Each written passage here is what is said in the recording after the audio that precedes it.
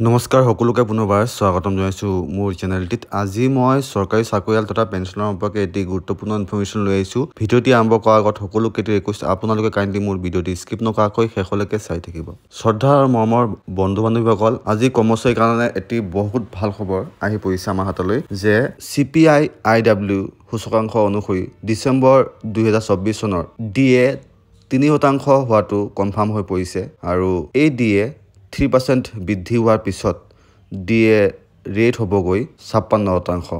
চ' এয়া আছিলে আজি ইনফৰমেশ্যন। আশা কৰিছোঁ আপোনালোকে মোৰ ভিডিঅ'টি চাই উপকৃত হৈছে। লগ পাম আন এটি ভিডিঅ'লৈ, তেতিয়ালৈকে stay fit stay healthy. Bye bye. জয় অসম, জয় হিন্দ।